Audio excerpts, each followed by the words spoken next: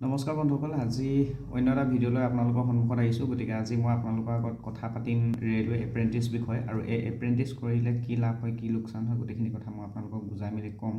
গতিকে ভিডিঅ'টো শেষলৈকে চাব। আমাৰ অসমীয়া ল'ৰাবিলাকে বেছিকৈ নাজানে এই বিষয়ত লৈ, গতিকে আপোনালোকে ভিডিঅ'টো চাব, তেতিয়া গম পাব বহুতখিনি কথা।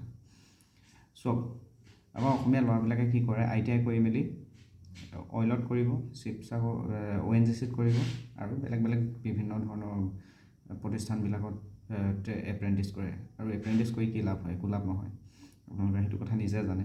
গতিকে আপোনালোকে এনেকুৱা এটা ছেক্টৰ আছে য'ত এপ্ৰেণ্টিছ কৰি মেলি আপোনালোকৰ কাৰণে কোটা থাকিব পাৰে, আৰু সেইটো হৈছে ৰেলৱে। আপোনালোকে ৰেলৱেত এপ্ৰেণ্টিছ কৰক। ৰেলৱেত এপ্ৰেণ্টিছ কৰাৰ পিছত কি হয়, 20% এটা ৰিজাৰ্ভ থাকে কোটা। সেই 20%ত আপোনালোকে মাৰ্কছ এটা পাব, মানে মাৰ্কছ এটা আপোনালোকে সেই ট্ৰেইনিং পিৰিয়ডতে, ট্ৰেইনিং শেষ হোৱাৰ পিছত মাৰ্কছ এটা পাব, আৰু সেই মাৰ্কছটো এড হ'ব। আপোনালোকে যিটো গ্ৰুপ ডি ওলাব, গ্ৰুপ ডি যিটো ৰেলৱে ওলায় পোষ্ট, সেইটোত এড হ'ব মানে মাৰ্কছটো। সেই আপোনালোকে যিটো ট্ৰেইনিং কৰিছে, ট্ৰেইনিং কৰা মাৰ্কছটো সেই গ্ৰুপ ডিত এড হ'ব।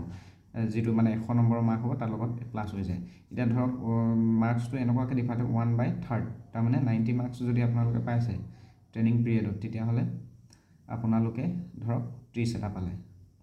1/3 ডিভাইড কৰি দিলে 90, 30 হ'ব।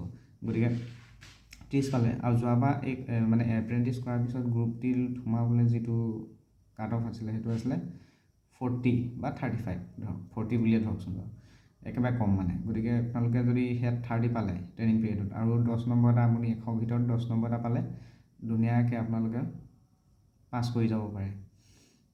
মেডিকেল নহয়, 1 নম্বৰ কথা। 2 নম্বৰ কথাত কোনো ট্ৰেইনিং নহয়, আপোনালোকে ডাইৰেক্ট জইনিং হ'ব। গতিকে আমাৰ অসমীয়া ল'ৰাবিলাকে এইবিলাক কথা নাজানে কিছুমান, আৰু মেট্ৰিকত 50% মাৰ্কছ লাগে। গতিকে আপোনালোকে যদি কাৰোবাৰ ভাইক আছে, ভনীয়েক আছে, বা কিবা আছে, আপোনালোকে ৰেলৱেত এপ্ৰেণ্টিছ প্ৰতি বছৰে ওলায়, আপোনালোকে কৰিবলৈ চাব, সুবিধা আছে। নহ'লে অন্য ৰাজ্য বিহাৰৰ পৰা আহি অসমত ট্ৰেইনিং কৰি আছে, আপোনালোকে গমেই নাপায়। আপোনালোকে ওচৰ পাজৰে সেই য'ত লাভ নহয় তাত আপোনালোকে এপ্ৰেণ্টিছ কৰি আছে।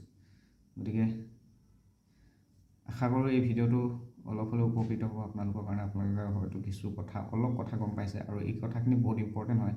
আপোনালোকে শ্বেয়াৰ কৰিব, যাতে প্ৰতিজন অসমীয়া ল'ৰাই এই কথাবিলাক গম পায়। গতিকে আশা কৰোঁ আপোনালোকে এই কথাবিলাক শুনি অলপ হ'লেও লাভদায়ক হ'ব। গতিকে ধন্যবাদ।